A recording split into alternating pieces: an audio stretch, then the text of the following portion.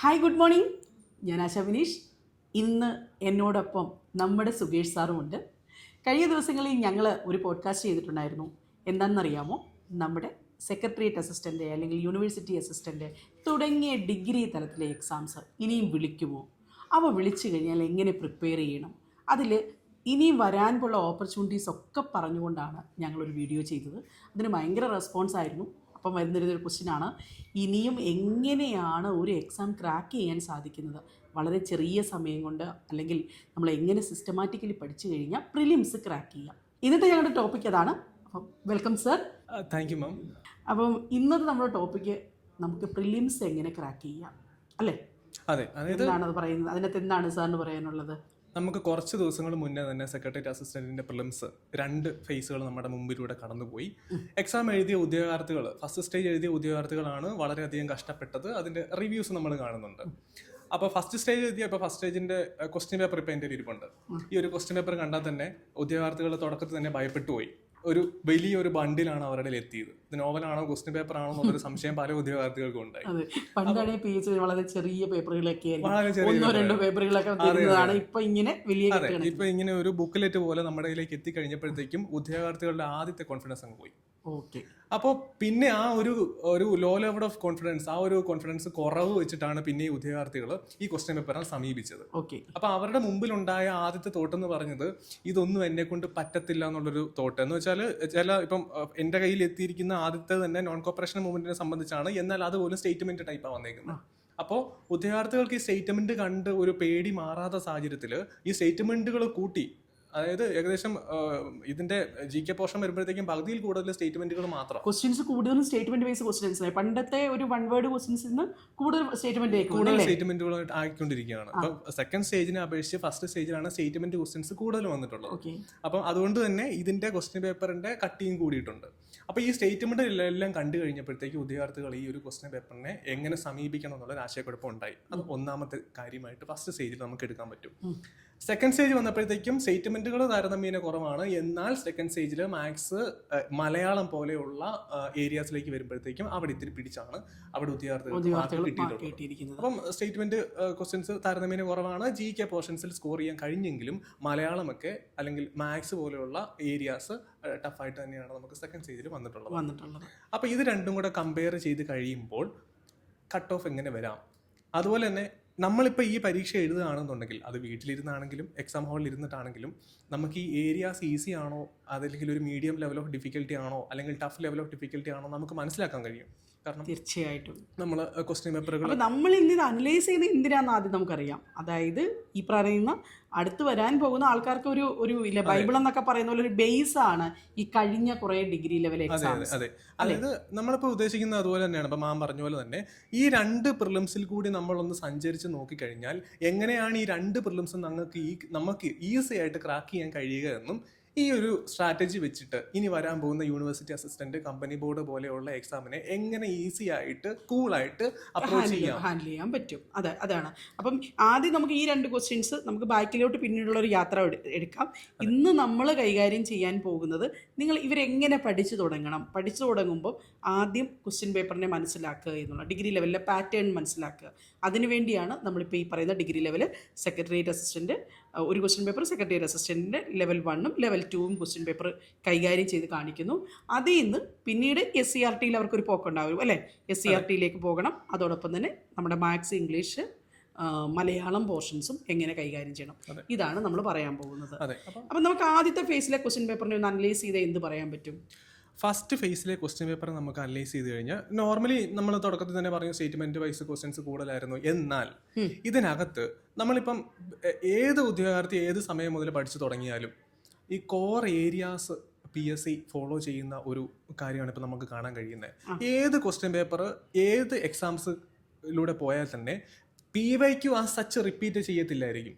പക്ഷെ ആ കോർ ഏരിയയിൽ നിന്ന് മാത്രമായിരിക്കും PSC ചോദ്യങ്ങൾ ചോദിക്കുന്നത്. അതായത് പറഞ്ഞു വരുന്നത് PSCക്ക് ഒരു കോർ ഏരിയ ഉണ്ട്. മേഖലകൾ, അതായത് മേഖലകൾ പലതുമാകാം. ഭൂമിശാസ്ത്രത്തിന് കുറച്ച് മേഖലകൾ. ആദ്യം ഒരു ഉദ്യോഗാർത്ഥി ഡിഗ്രി പ്രിലിംസ് ക്രാക്ക് ചെയ്യണമെങ്കിൽ ഈ കോർ ഏരിയാസ് ഐഡന്റിഫൈ ചെയ്യാം, അല്ലേ? അതെ, ആ ക്വസ്റ്റ്യൻ പേപ്പറുകൾ അനലൈസ് ചെയ്തിട്ട് കോർ ഏരിയ അനലൈസ് ചെയ്യുക, കോർ ഏരിയ കണ്ടുപിടിക്കുക. ആ കോർ ഏരിയ തീർച്ചയായിട്ടും നമ്മൾ കവർ ചെയ്തിട്ടേ ഒരു എക്സാമിനേഷൻ അറ്റംപ്റ്റ് ചെയ്യാൻ പാടുള്ളൂ. ആ കോർ ഏരിയലിന്റെ പുറത്തു നിന്ന് ഒരു ക്വസ്റ്റ്യൻ പോലും വരാൻ പാടില്ല എന്നൊരു നിശ്ചയം നമുക്ക് വേണം. എന്നാൽ മാത്രം എല്ലാ ക്വസ്റ്റ്യൻ പേപ്പറും നമുക്ക് കോൺഫിഡൻറ്റോട് കൂടി നമുക്ക് അപ്രോച്ച് ചെയ്യാൻ കഴിയും. അതായത് നമ്മുടെ ഇപ്പോൾ ഈ ക്വസ്റ്റ്യൻ പേപ്പറിൻ്റെ ലെവൽ മനസ്സിലാക്കുമ്പോൾ നമുക്ക് ഈ കോർ ഏരിയ കവർ ചെയ്താൽ തന്നെ ഫസ്റ്റ് ഫേസിലും സെക്കൻഡ് ഫേസിലും ഇല്ലേ റിപ്പീറ്റഡ് ക്വസ്റ്റ്യൻസ് ഉണ്ടായിരുന്നു. കോർ ഏരിയ ഐഡൻറ്റിഫൈ ചെയ്താൽ തന്നെ ഒരു ഉദ്യോഗാർത്ഥി കോർ ഏരിയ കവർ ചെയ്ത ഒരു ഉദ്യോഗാർത്ഥിക്ക് ക്ലിയർ ചെയ്യാൻ എളുപ്പമായിരുന്നു. കോർ ഏരിയ കവർ ചെയ്ത ഉദ്യോഗാർത്ഥികൾക്ക് കട്ട് ഓഫ് പാസ്സാവും എന്ന ഒരു സ്ഥിതിയിൽ തന്നെയാണ് ഈ രണ്ട് ഫേസിൽ ഇപ്പം നിൽക്കുന്നത്. ഓക്കെ, അപ്പം നമ്മൾ പഠിച്ചു തുടങ്ങേണ്ട കുറച്ച് കോർ ഏരിയ ഇതിനെ ബേസ് ചെയ്ത് നമുക്ക് പറഞ്ഞാലോ? ഇപ്പം ഫസ്റ്റ് ഫേസ് എടുക്കാം. നമ്മൾ ഫസ്റ്റ് ഫേസിൽ നമ്മളിപ്പം നോക്കാൻ പോകുന്നത് ഒന്നാമത്തെ ഏരിയ ആയിട്ട് നമുക്ക് കോൾഡ് വാർ. അപ്പോൾ നമുക്കറിയാം എന്ന് വെച്ചാൽ ഫസ്റ്റ് വാർ അല്ലെങ്കിൽ first world war, second world war അതുപോലെ തന്നെ ഇമ്പോർട്ടൻ്റ് ആണ് കോൾഡ് വാർ എന്ന് പറയുന്നത്. അപ്പോൾ കോൾഡ് വാറിനെ സംബന്ധിച്ച് പറയുമ്പോഴത്തേക്കും കോൾഡ് വാറിൻ്റെ ആ ഒരു ടൈം ഗ്യാപ്പ്, അതുപോലെ തന്നെ കോൾഡ് വാറുമായിട്ട് അസോസിയേറ്റ് പ്രത്യേകപ്പെട്ട ഇവന്റുകൾ, പേഴ്സണാലിറ്റീസ്, ഇതെല്ലാം ഈ കോൾഡ് വാർ എന്ന കോർ ഏരിയക്കകത്ത് വരുന്നതാണ്. അപ്പം ഇതിവിടെ ചോദിച്ചത് എന്താണ്? കോൾഡ് വാറുമായിട്ട് അസോസിയേറ്റ് ചെയ്ത ഇവന്റ് ആണ്. അപ്പോൾ വിയറ്റ്നാം വാർ, അതുപോലെ തന്നെ ബെർലിൻ വാൾ. അപ്പം ഇതുപോലെയുള്ള ഇവന്റുകൾ ഏതൊക്കെയാണെന്നാണ് അതിനകത്ത് ചോദിച്ചിട്ടുള്ളത്. അപ്പോൾ ഈ ക്വസ്റ്റ്യൻ പേപ്പറിനകത്ത് എലിമിനേഷൻ വഴിച്ച് വേണമെങ്കിൽ നമുക്ക് ഈസി ആയിട്ട് 2 ഔട്ടാക്കായിരുന്നു. കാരണം ഇതിനകത്ത് പേൾ ഹാർബർ അറ്റാക്ക് ചോദിച്ചിട്ടുണ്ടായിരുന്നു ഈ ക്വസ്റ്റ്യൻ പേപ്പറിനകത്ത്. അപ്പോൾ പേൾ ഹാർബർ അറ്റാക്ക് ഈ ഒരു കോൾഡ് വാറുമായിട്ടല്ല വേൾഡ് വാറുമായിട്ട് അസോസിയേറ്റ് ചെയ്ത ഒരു കാര്യമാണ്. അപ്പം നമുക്കത് അത് എലിമിനേറ്റ് ചെയ്ത് കളയാൻ കഴിയുമായിരുന്നു. അപ്പോൾ പിന്നെ ഉണ്ടായിരുന്നത് മ്യൂണിച്ച് എഗ്രിമെന്റ് ആണ്. അപ്പം ആ ഒരു സംഭവം നമുക്ക് കിട്ടണമെങ്കിൽ ഈ കോർ ഏരിയ ഐഡന്റിഫൈ ചെയ്ത് കോൾഡ് വാർ എന്താണെന്നുള്ളത് നോക്കി പോകണം. അങ്ങനെ കോൾഡ് വാർ നോക്കിപ്പോയ വിദ്യാർത്ഥിക്ക് അത് കിട്ടും. ഇപ്പം രണ്ടാമത് പറയുന്നത് ഇന്ത്യൻ ഇൻഡിപെൻഡൻസ് ആക്ട് 1947. എല്ലാ ക്വസ്റ്റ്യൻ പേപ്പറിലും റിപ്പീറ്റ് അടിച്ച് വരുന്ന ഒരു ഇമ്പോർട്ടന്റ് ആയിട്ടുള്ള ഏരിയ ആണ് ഇന്ത്യൻ ഇൻഡിപെൻഡൻസ് ആക്ട് 1947. തീർച്ചയായിട്ടും June 3 plan, mount batten plan എന്നൊക്കെ പറഞ്ഞിട്ട് നമ്മൾ അതിനകത്തെ കാര്യങ്ങളെല്ലാം ഇപ്പൊ ഇന്ത്യൻ ഇൻഡിപെൻഡൻസ് ആക്ട് എന്ന് പറഞ്ഞൊരു കോർ ഏരിയക്കകത്ത് ഇതിനകത്ത് എന്തൊക്കെയാണ് പ്രൊവിഷൻസ് എന്ന് പഠിച്ച് കൃത്യമായിട്ട് പോകണം. അതിന്റെ ഡേറ്റ് എന്തൊക്കെയാണ് ഇതിനകത്ത് തന്നിട്ടുള്ള പ്രൊവിഷൻസ് എന്നുള്ളത് കൃത്യമായിട്ട് പഠിച്ചു പോകണം. ഇപ്പം മൂന്നാമത്തെ എടുത്ത് നോക്കാം, വൈക്കം സത്യാഗ്രഹയിലെ വർഷം, അതുമായിട്ട് അസോസിയേറ്റ് ചെയ്ത പ്രധാനപ്പെട്ട പേഴ്സണാലിറ്റീസ്. എന്തായാലും ഇതൊക്കെ പഠിച്ചിട്ട് മാത്രമേ നമുക്കൊരു ക്വസ്റ്റ്യൻ പേപ്പർ അനലൈസ് ചെയ്യാൻ പറ്റുള്ളൂ, അറ്റംപ്റ്റ് ചെയ്യാൻ പറ്റുള്ളൂ. കേരള ഹിസ്റ്ററിയിൽ ചോദിക്കുന്ന ഒരു ചോദ്യമാണ്. അതെ, വൈക്കം സത്യാഗ്രഹം. 100ാമത്തെ വർഷമൊക്കെ ആയതുകൊണ്ട് കഴിഞ്ഞ വർഷത്തെ പ്രീവിയസ് ടോപ്പിക്കിൽ തന്നെയുള്ള ഒരു ടോപ്പിക് എല്ലാ സമയമുള്ള ഒരു ക്വസ്റ്റ്യൻ ആയിരുന്നു. അപ്പൊ ഇത്തവണ ചോദിച്ചത് പേഴ്സണാലിറ്റീസ് ആണ്. പേഴ്സണാലിറ്റീസ് അസോസിയേറ്റ് വിത്ത് വൈക്കം സത്യാഗ്രഹം എന്നാണ് ഫസ്റ്റ് ഫേസിൽ ചോദിച്ചിട്ടുള്ളത്. അതുപോലെ തന്നെ Russian revolutions, French revolution, Russian revolution, American revolution, അതുപോലെ തന്നെ ഇംഗ്ലീഷ് റെവല്യൂഷൻ, ഗ്ലോറിയസ് റെവല്യൂഷൻ എന്നൊക്കെ വിളിക്കപ്പെടുന്നു. അപ്പൊ ഇതെല്ലാം റെവല്യൂഷൻസ് നമ്മൾ അടിമുടി കാണാതെ പഠിക്കണം. അതായത് ലോക ചരിത്രത്തിലുള്ള കുറച്ച് ടോപ്പിക് അല്ലേ ഉള്ളൂ. ലോക ചരിത്രത്തിൽ വളരെ കുറച്ച് ടോപ്പിക്കുകൾ കമ്പാരിറ്റീവ്ലി അല്ലേ. അതെ, ഇപ്പം റഷ്യൻ റെവല്യൂഷൻ എന്ന് പറഞ്ഞാൽ ഒരു ഉദ്യോഗാർത്ഥി ഒരു A4 സൈസ് പേപ്പറിൽ എഴുതി കഴിഞ്ഞാൽ ഒരു അപ്പുറത്തും ഇപ്പുറത്തും മറുഭാഗം എഴുതാനുള്ള ഭാഗമേ ഉള്ളൂ റഷ്യൻ റെവല്യൂഷൻ എന്ന് പറയുന്നത്. അതായത് നമ്മൾ പിന്നെ സ്കൂളുകളിൽ essay ഒക്കെ എഴുതി പഠിച്ച കുറച്ച് പോർഷനും കൂടിയാണ്. നിങ്ങൾക്ക് എങ്ങനെ എനിക്കറിയില്ല, പക്ഷെ ഞങ്ങളൊക്കെ ഈ സ്കൂളുകളിൽ പഠിക്കുമ്പോൾ ഈ ഫ്രഞ്ച് വിപ്ലവം, കാരണങ്ങളെ എന്നൊക്കെ പറഞ്ഞ് നമുക്കൊരു ഓർമ്മയുള്ള ഒരു ടോപ്പിക്കാണ് ഈ പറയുന്ന ഈ ലോക വിപ്ലവങ്ങളുമായി ബന്ധപ്പെട്ട കാര്യങ്ങൾ എന്ന് പറയുന്നത്. അപ്പം അതും PSCയുടെ പറ്റി നോക്കുമ്പം അത് ഒരു പ്രിസ്ക്രൈബ്ഡ് സിലബസിനകത്ത് കുറച്ച് കാര്യങ്ങൾ മാത്രമാണ് പഠിക്കുന്നത്. കമ്പാരിറ്റീവ്ലി ഇന്ത്യനും കേരളവും പഠിക്കുന്നതിനേക്കാളും കുറച്ചുകൂടെ എളുപ്പമായിരിക്കും. ഫസ്റ്റ് ഫേസിലും ചോദിച്ചു റെവല്യൂഷൻ, സെക്കൻഡ് ഫേസിലും ചോദിച്ചു റെവല്യൂഷൻ. അപ്പൊ അത് നിങ്ങൾ നോക്കുക. ഈ പറയുന്ന റെവല്യൂഷൻസ് ഇമ്പോർട്ടന്റ് ആണ്. അതുപോലെ തന്നെ UN-നുമായിട്ട് അസോസിയേറ്റ് ചെയ്തത്, UN ഫോം ചെയ്ത വർഷം, UN-നകത്തുണ്ടായിരുന്ന ആദ്യത്തെ പേഴ്സണാലിറ്റീസ്, സെക്രട്ടറി ജനറലുകളുടെ ഓർഡർ, അപ്പം ഇതെല്ലാം UN-നുമായിട്ട് അസോസിയേറ്റ് ചെയ്ത കുറെ ഏരിയ. അതുപോലെ തന്നെ 1857 റിവോൾട്ട്. ഈ ഒരു PSC ഉദ്യോഗാർത്ഥി തുടക്കം മുതൽ പഠിച്ചു തുടങ്ങുമ്പോഴത്തേക്കും നമുക്ക് മുന്നിൽ വരുന്ന സംഭവമാണ് 1757 റിവോൾട്ടുകൾ, പ്രധാനപ്പെട്ട പേഴ്സണാലിറ്റീസ്, അവരുടെ സ്ഥലങ്ങൾ, പിന്നെ ഇത് പൊട്ടിപ്പുറപ്പെട്ട എവിടെയാണ്, ഇതുമായിട്ട് അസോസിയേറ്റ് ചെയ്ത ആളുകൾ പറഞ്ഞ വാചകങ്ങൾ. അപ്പൊ ഇതെല്ലാം നമ്മൾ പഠിച്ചിട്ട് പോകണം. ഫസ്റ്റ് ഫേസിൽ 1757 റിവോൾട്ട് ഉണ്ടായിരുന്നു. സെക്കൻഡ് ഫേസിൽ ഗവൺമെന്റ് ഓഫ് ഇന്ത്യ ആയിട്ട് 1858 ഉണ്ടായിരുന്നു. അപ്പം ഈ ഒരു കോർ ഏരിയയിൽ നിന്ന് തന്നെ കണക്ട് ചെയ്തിട്ട് സെക്കൻഡ് ഫേസിലോട്ട് പോകാം. പിന്നെ ഈ കോർ ഏരിയ പഠിക്കുന്നത് ഇപ്പം നമ്മൾ ഈ പറയുന്ന കോർ ഏരിയ വരെ പഠിക്കുമ്പം ശ്രദ്ധിക്കേണ്ട കാര്യങ്ങളുണ്ട് അല്ലെ. വെറുതെ ഒരു വാക്ക് മാത്രമല്ല നമ്മൾ കോർ ഏരിയ എന്ന് പറയുന്നത്. ഇതിനെ പറ്റിയുള്ള ഡീറ്റെയിൽഡ് കാര്യങ്ങൾ, each and every point questions answer ചെയ്യാൻ രീതിയിലായിരിക്കണം നമ്മൾ ഈ കോർ ഏരിയ കവർ ചെയ്യുന്നത്. ഇനിയും അടുത്തത് പറയാനുള്ളത് എക്കണോമിക്സിൽ കുറച്ച് പോർഷൻസ് ഇല്ലേ? എക്കണോമിക്സിലെ പോർഷൻസ് ഉണ്ട്. എക്കണോമിക്സിലെ പോർഷൻസ് ആണെങ്കിൽ തന്നെ ഇപ്പം നാഷണൽ ഇൻകം എടുക്കാം. അപ്പൊ നാഷണൽ ഇൻകത്തിനകത്ത് ഫസ്റ്റ് ഫേസിനകത്ത് വന്നിട്ടുണ്ടായിരുന്നു നാഷണൽ ഇൻകം എന്നാൽ എന്താണ്. അപ്പൊ NNPFC ആണ് നാഷണൽ ഇൻകം. ഏറ്റവും ബേസ് ആയിട്ടുള്ള ഒരു കാര്യം എന്താണ് നാഷണൽ ഇൻകം എന്നാണ് PSC ചോദിച്ചത്. രണ്ടാമതിനകത്ത് ചോദിച്ചത് പെർ ക്യാപിറ്റ ഇൻകത്തെ സംബന്ധിച്ചുള്ള ഒരു ചോദ്യമായിരുന്നു ആ ഒരു നാഷണൽ ഇൻകം എന്ന ടോപ്പിക്കിനകത്ത് നിന്ന്. അതായത് പെർ ക്യാപിറ്റ ഇൻകത്തിന്റെ വ്യത്യാസം എന്ന് വെച്ചാൽ ഇൻകം ഡിസ്പാരിറ്റി വൈഡനിങ് എന്നാണ് ചോദിച്ചത്. എന്ന് വെച്ചാൽ പെർ ക്യാപിറ്റ ഇൻകം പലർക്കും പല രീതിയിലാണ് കിട്ടുന്നത്. എന്ന് വെച്ചാൽ ഇപ്പം എനിക്ക് കിട്ടുന്ന ഒരു ഇൻകം അല്ല മാമിന് കിട്ടുന്ന ഇൻകം എന്ന് പറയുന്നത്. പക്ഷെ നമ്മൾ പെർ ക്യാപിറ്റ ഇൻകം എടുക്കുമ്പോഴത്തേക്ക് ഇവരുടെ എല്ലാം ആവറേജ് ആണ്. അപ്പൊ ഇതൊരു ഇൻകം ഡിസ്പാരിറ്റി വൈഡൻ ചെയ്യുന്നു എന്നുള്ളൊരു ആസ്പെക്ട് ഒക്കെ വെച്ചിട്ടാണ് രണ്ടാമത്തെ ഫേസിൽ ചോദ്യം വന്നത്. എന്നാലും ഇത് നാഷണൽ ഇൻകം എന്നൊരു പോർഷനകത്തെ ബേസ് ആയിട്ടുള്ള ഒരു കാര്യം തന്നെയാണ് സെക്കൻഡ് ഫേസിൽ ചോദിച്ചത്. അപ്പൊ സെക്കൻഡ് ഫേസിലെ പെർ ക്യാപിറ്റ ഇൻകം എന്നത് നമ്മളൊരു ഈസി ക്വസ്റ്റൻ ആയിട്ട് എടുത്തിട്ടുമില്ല. എന്നാൽ ഇത് കണക്ട് ചെയ്ത് അവിടെ വന്നിട്ടുണ്ട്. പക്ഷെ ഞാൻ ഒരു കാര്യം പറഞ്ഞു, നമ്മുടെ ഇപ്പോഴത്തെ ഒരു PSC ട്രെൻഡുകളിൽ കഴിഞ്ഞ കുറേ വർഷങ്ങളായിട്ട് ഈ എക്കണോമിക്സ് എന്ന് പറയുന്ന കുറച്ച് എന്താ കടുകട്ടി ചോദ്യങ്ങൾ വരുന്നു, ഉദ്യോഗാർത്ഥികൾ വിടുന്നു, അങ്ങനെ ഒരു കാര്യത്തിൽ അവിടെ എന്താ എക്കണോമിക്സിലെ കടുകട്ടി ചോദ്യം എന്നുള്ളതല്ല. എക്കണോമിക്സിലെ കൺസെപ്റ്റ് മനസ്സിലായി കഴിഞ്ഞാൽ ആ ചോദ്യം ഏത് രീതിയിൽ ചോദിച്ചാലും നമുക്ക് ഉത്തരം എഴുതാൻ കഴിയും. നമ്മൾ പഠിച്ച രീതി തന്നെ പോയി കഴിഞ്ഞാൽ എക്കണോമിക്സിലെ ചിലപ്പോൾ ചോദ്യങ്ങൾക്ക് ഉത്തരം നമുക്ക് കിട്ടണമെന്നില്ല. പക്ഷേ ഇത് എന്താണ് കാര്യമെന്ന് മനസ്സിലായി കഴിഞ്ഞാൽ ആ ചോദ്യം എങ്ങനെ വന്നാലും നമുക്ക് അറ്റൻഡ് ചെയ്യാൻ കഴിയും. സെക്കൻഡ് ഫേസിൽ നമ്മൾ കണ്ടു CRR ഉയർത്തി കഴിഞ്ഞാൽ എന്താണ് സംഭവിക്കാൻ പോകുന്നതെന്ന്. അപ്പോൾ നമ്മളത് കൺസെപ്റ്റ് മനസ്സിലാക്കി വെക്കുക. RBI CRR റേറ്റ് ഉയർത്തി കഴിഞ്ഞാൽ എന്താണ് ബാങ്കുകളുടെ കയ്യിലുള്ള പണത്തിന്റെ തോത് കുറയുമെന്നും അത് എക്കോണമിയിലേക്ക് കൊടുക്കുന്ന പണത്തിന്റെ തോത് കുറയുമെന്നും അങ്ങനെ മൊത്തത്തിൽ ലിക്വിഡിറ്റിനെ അഫക്ട് ചെയ്യുമെന്ന് മനസ്സിലാക്കി വെക്കുന്ന ഒരു ഉദ്യോഗാർത്ഥിക്ക് ഈ ഒരു പാറ്റേൺ ഏത് രീതിയിൽ ചോദിച്ചാലും ഉദ്യോഗാർത്ഥിക്ക് ആൻസർ ചെയ്താൻ കഴിയും. എന്നാൽ ഇതിന്റെ ഫാക്ച്വൽ ആയിട്ട് മാത്രം CRR എന്താണ്, ഇത് എന്തിനാണ് ഉപയോഗിക്കുന്നതെന്ന് മാത്രം പഠിച്ചിട്ട് പോയി കഴിഞ്ഞാൽ RBI ഇന്നത് ചെയ്യുമ്പോൾ ഈ എക്കോണമിയിൽ എന്ത് സംഭവിക്കുന്നു എന്നുള്ളൊരു തോട്ട് പ്രോസസ് അവിടെ ചിലപ്പോൾ വർക്ക് ആവണമെന്നില്ല. അപ്പൊ അത് സ്റ്റേറ്റ്മെന്റ് വരുമ്പോഴത്തേക്കും പേടിക്കും. അതാണ്. പിന്നെ അതുമായിട്ട് കറണ്ട് അഫയേഴ്സിൻ്റെ ടേംസും ഇൻക്ലൂഡഡ് അല്ലേ അവിടെ? ഒരു എക്കണോമിക്സുമായിട്ട് നമ്മൾ വായിക്കുമ്പം നമ്മൾ പഠിക്കുമ്പം ഒരു ബുക്കുകൾ മാത്രം പഠിച്ചു കഴിഞ്ഞാൽ, പഴയ ബുക്കുകൾ മാത്രം പഠിച്ചു കഴിഞ്ഞാൽ അത് സഹായകരമാകുമോ എക്കണോമിക്സ് പഠിക്കുമ്പോൾ? കറണ്ട് അഫയേഴ്സ് ഇപ്പം ശരിക്കും പറഞ്ഞാൽ ഇപ്പം phase 2 കറണ്ട് അഫയേഴ്സ് റിലേറ്റഡ് ആയിട്ട് തന്നെയാണ് ഈ CRR ചോദിച്ചിട്ടുള്ളത്. RBI ഇത് ഉയർത്തി കഴിഞ്ഞാൽ RBI കറണ്ട് അഫയർ റിലേറ്റഡ് ആയിട്ട് CRR കൂട്ടാറുണ്ട്, കുറയ്ക്കാറുണ്ട്, ബാങ്ക് റേറ്റുകൾ കൂട്ടാറുണ്ട്, കുറയ്ക്കാറുണ്ട്. അപ്പൊ ഇങ്ങനെ സംഭവിക്കുമ്പോൾ എന്താണ് എക്കോണമിയിൽ സംഭവിക്കുന്നത് എന്നുള്ള ബേസ് കാര്യം മാത്രമേ PSC ചോദിച്ചിട്ടുള്ളൂ. ഇനി നീതി ആയോഗ് അല്ലേ? നീതി ആയോഗ്. അപ്പൊ നീതി ആയോഗിനെ സംബന്ധിച്ച് ഇപ്പൊ KS ആണെങ്കിലും സെക്രട്ടേറിയറ്റ് OA ആണെങ്കിലും പ്രിലിംസ് phase 1 ആണെങ്കിലും phase 2 ആണെങ്കിലും നമ്മൾ യൂട്യൂബിൽ മാരത്തൺ സെക്ഷൻ ഒന്ന് നോക്കിക്കഴിഞ്ഞാൽ ഞാനത് നീതി ആയോഗിന്റെ ആ ഒരു കോർ ഏരിയയെ സംബന്ധിച്ചുള്ള നീതി ആയോഗിന്റെ കാര്യങ്ങളെ പറ്റി ഒരു വീഡിയോ ഇട്ടിട്ടുണ്ടായിരുന്നു. കഴിഞ്ഞ 4 എക്സാംസിലും നീതി ആയോഗിന് വന്നത് ആ ഒരു 5 മിനിറ്റ് ഞാൻ ഡിസ്ക്രൈബ് ചെയ്തിട്ടുള്ളൂ. ആ ഒരു 5 മിനിറ്റ് മുതൽ 10 മിനിറ്റ് വരെയുള്ള ആ ഒരു നീതി ആയോഗിന്റെ സെക്ഷനിൽ നിന്ന് തന്നെയാണ് ഈ കഴിഞ്ഞ 2 മാസങ്ങളായിട്ട് നടന്നിട്ടുള്ള 3-4 പരീക്ഷകൾക്കും ഇതിനകത്തുനിന്ന് ചോദ്യം ചോദിച്ചിട്ടുള്ളത്. അപ്പൊ റിപ്പീറ്റഡ് പോർഷൻ ആണ്. പണ്ടും ഇത് തന്നെയാണ് പഞ്ചവത്സര പദ്ധതികൾ വരുന്ന ആ ഒരു പ്രാധാന്യം. പഞ്ചവത്സര പദ്ധതികളെ പറ്റി എപ്പോഴും ക്വസ്റ്റ്യൻസ് ഉണ്ടാവും. നമ്മൾ പഠിപ്പിച്ചു തുടങ്ങുമ്പോൾ ഞാനൊക്കെ ആദ്യം പഠിപ്പിച്ചു തുടങ്ങുമ്പോൾ തന്നെ നമ്മൾ പറഞ്ഞു കൊടുക്കുന്നത് പഞ്ചവത്സര പദ്ധതികൾ അത് തന്നെ ഇപ്പോഴും ആ ഒരു ഏരിയ പല രീതിയിൽ ചോദിക്കുന്നതേ ഉള്ളൂ. ഇപ്പൊ ഒറ്റ സ്ലൈഡ് മാരത്തണിനകത്ത് ഒരു സ്ലൈഡിനകത്ത് നീതി ആയോഗും പ്ലാനിംഗ് കമ്മീഷനും തമ്മിലുള്ള വ്യത്യാസം ഉണ്ടായിരുന്നു. അപ്പം ആ ഒരു വ്യത്യാസത്തിനകത്ത് ഗവേണിംഗ് കൗൺസിൽ ഒരു സെന്റൻസ് ആയിട്ട് ഞാൻ കൊടുത്തിട്ടുണ്ട്. ആ ഒരു ഗവേണിംഗ് കൗൺസിലിനകത്തു നിന്നാണ് ഫസ്റ്റ് ഫേസിൽ ചോദ്യം വന്നത്. എന്നാൽ സെക്കൻഡ് ഫേസിൽ ചോദ്യം വന്നത് ഞാൻ അതിനകത്ത് കൃത്യമായിട്ട് പറയുന്നുണ്ട്, ഫിനാൻസ് അലോക്കേറ്റ് ചെയ്യാനുള്ള ഒരു പവർ നീതി ആയോഗിന് ഇല്ല എന്നത്. അതാണ് സെക്കൻഡ് ഫേസിൽ വന്നത്. അപ്പൊ കോർ ഏരിയ സെയിമാണ്. കോർ ഏരിയ സെയിം ആണ്. അപ്പം നീതി ആയോഗാണ് മറ്റൊരു കോർ ഏരിയ ആയിട്ട് പറയുന്നത്, ഇമ്പോർട്ടൻ്റ് ആയിട്ട്.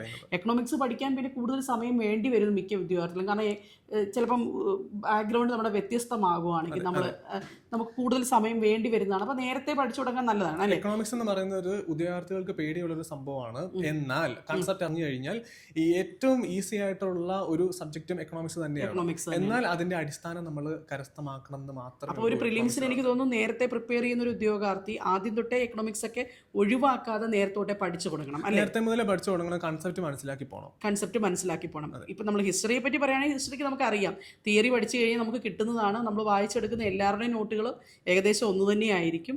അത് ഹിസ്റ്ററി പഠിക്കാൻ നമുക്ക് സ്വയം പഠിക്കാൻ പറ്റും. പക്ഷേ എക്കണോമിക്സ് എന്ന് പറയുന്നത് ഫാക്ച്വൽ ആയിട്ടുള്ള കാര്യത്തെ പറ്റി അതിന് ഇപ്പൊ ഫാക്ച്വൽ എന്ന് പറയുമ്പോൾ 5 ഇയർ പ്ലാനിനകത്ത് ഫാക്ച്വൽ ആയിട്ടുള്ള കാര്യങ്ങൾ മാത്രമേ ഉള്ളൂ. എന്നാലും നമ്മുടെ മിറാക്കിൾ ബാച്ച് 2 നോക്കിക്കഴിഞ്ഞാലും ഈ 5 ഇയർ പ്ലാൻ 2 ഫേസിലും വന്നു. അപ്പം ഫസ്റ്റ് ഫേസിൽ വന്നത് 5 ഇയർ പ്ലാൻ എന്ന് പറയുന്നത് 5th 5 ഇയർ പ്ലാനെ സംബന്ധിച്ചുള്ള ഒരു കാര്യമാണ് വന്നത്. അപ്പം സെക്കൻഡ് ഫേസിലും 5th 5 ഇയർ പ്ലാൻ അകത്തും തന്നെയാണ്, എന്നാൽ 20 പോയിന്റ് പ്രോഗ്രാം ആരുമായിട്ട് അസോസിയേറ്റ് ചെയ്ത് കിടക്കുന്നു എന്നതാണ്. നമ്മളിപ്പോൾ 5 ഇയർ പ്ലാനെ സംബന്ധിച്ച് ഇമ്പോർട്ടന്റ് ആയിട്ടുള്ള പോയിന്റുകൾ നമ്മൾ കൊടുത്തിട്ടുള്ളത് ഒരു 6 പോയിന്റുകളേ ഉള്ളൂ. ആ ഒരു 6 പോയിന്റുകളിൽ നിന്ന് തന്നെയാണ് ഫസ്റ്റ് ഫേസിൽ ചോദിച്ചിട്ടുള്ളത്, സെക്കൻഡ് ഫേസിൽ ചോദിച്ചിട്ടുള്ളത്. പക്ഷെ ഞാൻ എൻ്റെ ചോദ്യം എന്ന് വെച്ചാൽ അവിടെ ഒരു ഈ പല ഉദ്യോഗാർത്ഥികളും പഠിച്ചു തുടങ്ങുന്ന കുറേ കുട്ടികൾ നമ്മുടെ കൂടെ ഇപ്പോൾ ഉണ്ടാവുമല്ലോ, അവർക്കൊക്കെ എക്കണോമിക്സിന് നല്ല ക്ലാസ്സുകൾ കിട്ടിയാൽ എനിക്ക് തോന്നുന്നു നന്നായിരിക്കും. എക്കണോമിക്സിൽ ക്ലാസ്സുകൾ കിട്ടിക്കഴിഞ്ഞാൽ എക്കണോമിക്സിൽ 5 ക്വസ്റ്റ്യൻസ് വന്നിട്ടുണ്ടെങ്കിൽ നിങ്ങൾക്ക് മിനിമം 4 മാർക്ക് കിട്ടിയിരിക്കും, അത് ഷുവറാണ്. അതായത് പഠിപ്പിക്കാൻ അറിയാവുന്ന ഒരു അധ്യാപകന് ഈ കോറയിൽ പറഞ്ഞു കൊടുക്കാൻ പറ്റും ഉറപ്പായിട്ടും. ഓക്കെ, അപ്പം അതെല്ലാവരും അറിയുക. അതായത് നമ്മൾ ഇനിയും പഠിക്കേണ്ടത് എങ്ങനെയാണെന്നാണല്ലോ നമ്മൾ പറയുന്നത്. അപ്പം പേടിച്ച് മാറി നിൽക്കേണ്ട കാര്യമില്ല. കാരണം നമ്മൾ എഫർട്ട് ഇടുന്നുണ്ട്, നമ്മൾ കോർ ഏരിയാസ് കണ്ടുപിടിക്കുന്നുണ്ട്. ഈ അടുത്ത എക്സാമിന് ഏതാണ് വരാൻ പോകുന്നത് എന്നുള്ളൊരു ഗട്ട് ഫീലിങ്ങും തോട്ട് പ്രോസസ്സും നമുക്കുണ്ട്. അപ്പൊ ആ ഒരു കാര്യം വെച്ചിട്ട് നമുക്കറിയാം ഇനി അടുത്ത ക്വസ്റ്റിന് വരാൻ പോകുന്ന ക്വസ്റ്റ്യൻസ് ഏതൊക്കെയാണ് സാധ്യത എന്ന്. അതുകൊണ്ടാണ് നമ്മൾ ഈ 1 മണിക്കൂറിന്റെ ക്ലാസ് കണ്ടക്ട് ചെയ്താൽ പോലും ആ 1 മണിക്കൂറിൽ നിന്ന് 1-2 ക്വസ്റ്റ്യൻ ഉള്ള ഒരു സുകേഷ് സാറിന്റെ ഒരു എക്സ്പീരിയൻസ് ആണ് പറയുന്നത്. ആ ഒരു എക്സ്പീരിയൻസിൽ എനിക്ക് തോന്നുന്നു ഈ പുതിയ ആൾക്കാർ ആര് വന്നാലും ഇത് തന്നെയാണ് നമ്മൾ പറഞ്ഞു കൊടുക്കാനുള്ളത്. നിങ്ങൾക്ക് ഒരു കോർ ഏരിയ അറിയാവുന്ന ഒരു നല്ല അധ്യാപകൻ കൂടി ഉണ്ടെങ്കിൽ ഒരു കാരണവശാലും നിങ്ങൾ എക്കണോമിക്സ് പുറകിലേക്ക് പോകേണ്ട, പഠിച്ചു തുടങ്ങാൻ പറ്റും. ഇനി നാളെ എന്താണ് നമ്മൾ അടുത്തൊരു ടോപ്പിക്കിൽ ഒരു അതുപോലെ തന്നെ ഇപ്പം കോൺസ്റ്റിറ്റ്യൂഷന്റെ കാര്യം എടുത്തു കഴിഞ്ഞാൽ ബേസ് ആയിട്ടുള്ള ഒരു ആന്റി ഡിഫെക്ഷൻ ലോ അല്ലെങ്കിൽ കൂറുമാറ്റ നിയമം, അത് 52ാമത്തെ കോൺസ്റ്റിറ്റ്യൂഷൻ അമെന്റ്മെന്റ് ആക്ട് 1985 ആണ് എന്ന് മനസ്സിലായ ഒരു വ്യക്തിക്ക് ഫസ്റ്റ് ഫേസിൽ ആ ഒരു സ്റ്റേറ്റ്മെന്റ് ടൈപ്പ് ആണെങ്കിൽ പോലും എൻ്റെ ഓർമ്മയിൽ ആ ഒരു ക്വസ്റ്റ്യൻ അറ്റംപ്റ്റ് ചെയ്യാൻ പറ്റുമായിരുന്നു. 5th ഷെഡ്യൂളിനകത്ത് കിടക്കുന്ന 52ാമത്തെ അമെന്റ്മെന്റ് ആണ് 1985 ആണെന്ന് മനസ്സിലായിട്ടുള്ള വ്യക്തിക്ക് ഈസി ആയിട്ട്, അതായത് ആന്റി ഡിഫെക്ഷൻ ലോന്റെ ഏറ്റവും ബേസ് കാര്യമാണ് ഈ ഒരു സെന്റൻസ് എന്ന് പറയുന്നത്. അതറിയാവുന്ന ഒരു വ്യക്തിക്ക് ആ ഒരു ക്വസ്റ്റ്യൻ അറ്റംപ്റ്റ് ചെയ്യാൻ പറ്റുമായിരുന്നു, ആ ഈസി ആയിട്ട് ആ ഒരു മാർക്ക് കിട്ടുമായിരുന്നു. പക്ഷെ ഞാൻ പറയട്ടെ സുകേഷ്, ഈ പഠിച്ചു തുടങ്ങുമ്പം നമ്മൾ PSC ഒരു ആസ്പിരൻസിന് എപ്പോഴും ഭരണഘടന എന്ന് പറയുന്നത്, ഇപ്പം വേറൊരു കോച്ചിങ്ങിന് പോയിട്ടില്ല, SSCക്ക് അല്ലെങ്കിൽ RRBക്ക് അല്ലെങ്കിൽ UPSCക്ക് പോയിട്ടില്ലാത്തൊരു ഉദ്യോഗാർത്ഥി, ആദ്യം ഒരു ഫ്രഷറായിട്ട് വരുന്ന ഒരു ഉദ്യോഗാർത്ഥി എങ്ങനെയായിരിക്കണം ഭരണഘടനയെ നമ്മൾ ഡീൽ ചെയ്ത് പഠിക്കേണ്ടത് എങ്ങനെയായിരിക്കും? UPSCക്ക് പോയിട്ടുള്ള ഉദ്യോഗാർത്ഥിയാണെങ്കിൽ, UPSC അല്ലെങ്കിൽ KS ഒക്കെ അടിസ്ഥാനപ്പെടുത്തിയ ഉദ്യോഗാർത്ഥിയാണെങ്കിൽ ലക്ഷ്മികാന്ത് അരച്ച് കലക്കി കുടിച്ച് പല തവണ റിപ്പീറ്റ് ചെയ്ത് വായിച്ച് പഠിച്ചിട്ടൊക്കെയാണ് പോകുന്നുള്ളത്. എന്നാൽ PSCയുടെ പാറ്റേൺ ചേഞ്ച് ചെയ്താൽ പോലും PSC ഇപ്പോഴും ആ ബേസ് കാര്യങ്ങളിൽ നിന്ന് ഒരു വലിയ രീതിയിലുള്ള മാറ്റമൊന്നും വരുത്തിയിട്ടൊന്നുമില്ല. ലക്ഷ്മികാന്തിന്റെ ഉള്ളിൽ പോയി നിങ്ങൾ പഠിക്കേണ്ട കാര്യങ്ങളൊന്നുമില്ല. നിങ്ങൾക്ക് ആ ഒരു ലക്ഷ്മികാന്ത് വായിച്ചിട്ട് അല്ലെങ്കിൽ മറ്റേതെങ്കിലും ഒരു PSCയുടെ ടെക്സ്റ്റ് ബുക്കുകൾ വായിച്ചല്ലെങ്കിൽ ക്ലാസ് കണ്ടിട്ട് ആ ഒരു ബേസ് കാര്യം കരസ്ഥമാക്കി വെക്കുക. ഇപ്പൊ ആന്റി ഡിഫെക്ഷൻ ലോയെ സംബന്ധിച്ച് നിങ്ങൾ ഇപ്പൊ ലക്ഷ്മികാന്തിനകത്ത് നോക്കിക്കഴിഞ്ഞാൽ ഇതിന്റെ പ്രൊവിഷൻസും കാര്യങ്ങളും എല്ലാം കഴിയും. എന്നാൽ ഫസ്റ്റ് ഫേസ് പാടാണെന്ന് പറയുന്ന ഫസ്റ്റ് ഫേസിനകത്ത് ചോദിച്ചത് ഇത് ഏത് അമെന്റ്മെന്റ് ആണെന്നും വന്ന വർഷവും ഇത് ഏത് ഷെഡ്യൂൾ ആണെന്നും മാത്രമാണ്, പല സ്റ്റേറ്റ്മെന്റുകളായിട്ട്. അല്ലാതെ ഇതിനകത്തുള്ള പ്രൊവിഷൻസ് ഒന്നും ചോദിച്ചു പോയിട്ടില്ല. അതുപോലെ തന്നെ ഇപ്പം പ്രസിഡന്റിന്റെ കാര്യം വന്നാൽ പോലും ഇപ്പം ഇത് പ്രസിഡന്റ് റൂൾ ഏത് ആർട്ടിക്കിൾ ആണെന്നാണ് ഫസ്റ്റ് ഫേസ് ചോദിച്ചിട്ടുള്ളത്. അപ്പൊ എനിക്ക് ഉദ്യോഗാർത്ഥികളോട് പറയാനുള്ളത്, നിങ്ങൾ ഈ ക്വസ്റ്റിന്റെ പാറ്റേൺ കണ്ട് വലിയ പേടിക്കുകയൊന്നും വേണ്ട. നമുക്ക് കോൺസ്റ്റിറ്റ്യൂഷൻ നമ്മൾ ലക്ഷ്മികാന്ത് തന്നെ വായിക്കണം എന്നൊന്നുമില്ല. ഇപ്പൊ ലക്ഷ്മികാന്തിന്റെ മലയാള വേർഷൻസ് ഒക്കെ ഒരുപാട് ബുക്കുകളൊക്കെ അവൈലബിൾ ആണ്. പക്ഷെ നിങ്ങൾ ആ ലെവലിലോട്ടൊന്നും ആദ്യത്തെ ലെവലിൽ പോകണ്ട. ആദ്യത്തെ ലെവലിൽ നമുക്ക് പഠിക്കാൻ പറ്റുന്ന SCERT NCERT എന്ന് കവർ ചെയ്ത് ഭരണഘടന വലിയ പേടിയില്ലാതെ മാറ്റുക എന്നുള്ളതാണ്. 1 വേർഡ് ക്വസ്റ്റ്യൻസ് ചെയ്ത് പരിശീലിക്കുക, ദെൻ സ്റ്റേറ്റ്മെന്റിലേക്ക് വരിക. തീർച്ചയായിട്ടും നമ്മളിപ്പോൾ കോർ ഏരിയ ഐഡന്റിഫൈ ചെയ്തതിനകത്ത് കോൺസ്റ്റിറ്റ്യൂഷന്റെ കാര്യത്തിലേക്ക് വരുമ്പോഴത്തേക്കും 3 ചോദ്യങ്ങളാണ് നമ്മൾ കോർ ഏരിയ ആയിട്ട് ഐഡന്റിഫൈ ചെയ്തത്. ഒന്നാമത്തെ ആന്റി ഡിഫെക്ഷൻ ലോ നമ്മൾ പറഞ്ഞുപോയി. രണ്ടാമത്തേത് ഈ പ്രസിഡന്റ് റൂളുമായിട്ട് ബന്ധപ്പെട്ട ആർട്ടിക്കിൾ ഏതാണെന്നുള്ളത്. മൂന്നാമത്തേത് ആർട്ടിക്കിൾ 17 ഏതാണെന്നുള്ളത്. അപ്പൊ ഇതിനകത്തൊന്നും ഉള്ളിലോട്ട് കയറി PSC ഫസ്റ്റ് ഫേസ് പാടാണെങ്കിൽ പോലും ചോദിച്ചിട്ടില്ല. അപ്പൊ കോൺസ്റ്റിറ്റ്യൂഷനെ സംബന്ധിച്ച് പേടിച്ച് ലക്ഷ്മികാന്ത് മുഴുവൻ പഠിച്ചില്ല എന്നുള്ളൊരു കാര്യത്തിലോട്ട് ഒരു ഉദ്യോഗാർത്ഥി ഇരിക്കേണ്ട യാതൊരു കാര്യമില്ല. PSC അത് ആവശ്യപ്പെടുന്നില്ല. അപ്പം ഇന്നത്തെ വീഡിയോയിൽ നമ്മൾ പറഞ്ഞിട്ടുള്ളത് എവിടെ വരെയാണ്, നമ്മുടെ എക്കണോമിക്സ് എങ്ങനെയാണ് ഒരു ഏറ്റവും ഇമ്പോർട്ടൻ്റ് ആയിട്ട് കോർ ഏരിയ എന്തെന്ന് ഐഡന്റിഫൈ ചെയ്തു, ഹിസ്റ്ററി അല്ലേ, ഹിസ്റ്ററി വന്നു, അതോടൊപ്പം തന്നെ നമ്മുടെ കോൺസ്റ്റിറ്റ്യൂഷൻ പാർട്ടും. ഇനിയും നമുക്ക് ഒരുപാട് കാര്യങ്ങൾ അറിയേണ്ടതുണ്ട്. എങ്ങനെയാണ് പഠിച്ചു തുടങ്ങേണ്ടതെന്ന് അറിയണം, എന്തൊക്കെ ശ്രദ്ധിക്കേണ്ടതെന്ന് അറിയണം. അപ്പോൾ ഈ സീരീസ് കണ്ടിന്യൂ ചെയ്യുവാണ്. അടുത്ത വീഡിയോയുമായിട്ട് ഞങ്ങൾ ഉണ്ടാകും. Thank you so much. Thank you.